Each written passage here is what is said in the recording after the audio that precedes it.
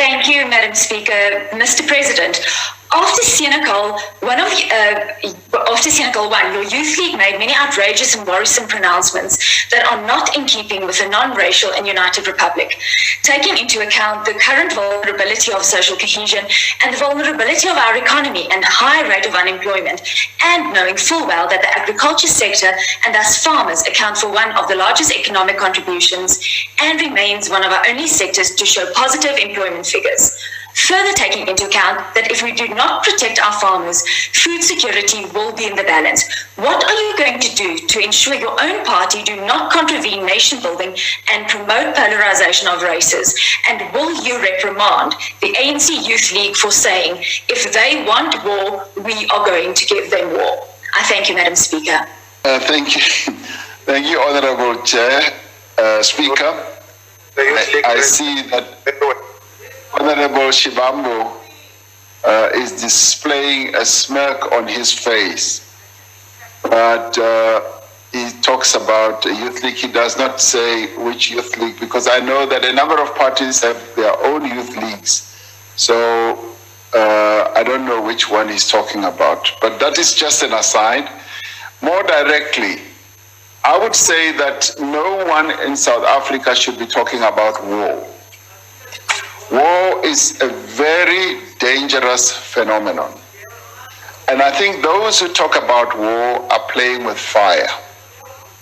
They should see what war does in other countries, where war is unleashed among citizens. There's nothing there that is benefited by anyone. We've seen it. Literally, myself and the DP has seen it in countries like South Sudan. War is just a road towards attrition, towards suffering, towards everything that is wrong in the human development area of things. So we should never talk about war. And I would say that that should actually be the language that should be banned by all of us as South Africans. We do not want to see war in our country. We are a country that has emerged from the worst of human degradation, which really was a war against the citizens of our country, and we must forgo that. That belongs in the past. What we are about is that we are nation builders. We will always differ, we will always have difficulties, but we should be committed to finding solutions on an ongoing basis. And when it comes to our people as a whole, our government is there to protect all our people. We want to make it clear that we want to protect people who work and live on farms, whether they are farm workers, whether they are farmers, both black and white farmers. They should be protected, and they should feel protected. They should have a sense and a feeling that this is their country. There is nowhere else to go. They live here, and where their protection is weak, we should find ways of strengthening their protection. Our protection services, as in police and other services, should always be there to protect the people who work on our farms, people who produce food, be they farm workers, be they farmers themselves. But that protection must be all round. It should be also protection for our women, our children. It should also be protection for our businesses.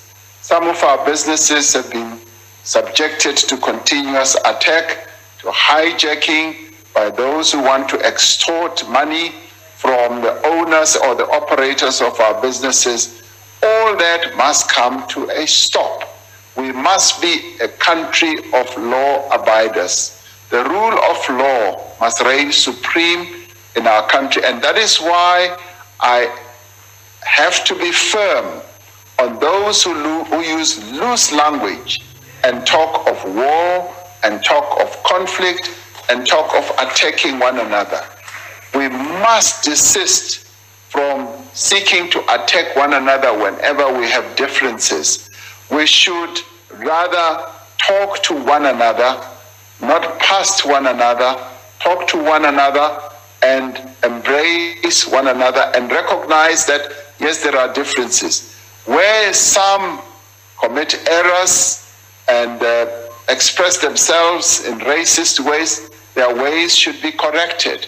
And we must use our agencies, our institutions, to correct those who err along the path of social cohesion and nation building. This is what we are as South Africans, and we must not ever deviate from this path. We've come from a very dangerous past, a very sad past, and I would say that those who seek to take us back to the very terrible past that we've had are not acting as South Africans. And I would even say those who seek to take us back, they are enemies of our people. Our people inherently want peace. They want to live in peace, and therefore we must forego any activity that is going to disturb the peace that our people want. Let's embrace one another as South Africans and move forward as one nation, united under one constitution, under one flag, under the rule of law, moving together in social cohesion as South Africans who are proud, yes, of our heritage, but even more proud of the future that lies ahead of us. Thank you, Honorable Speaker.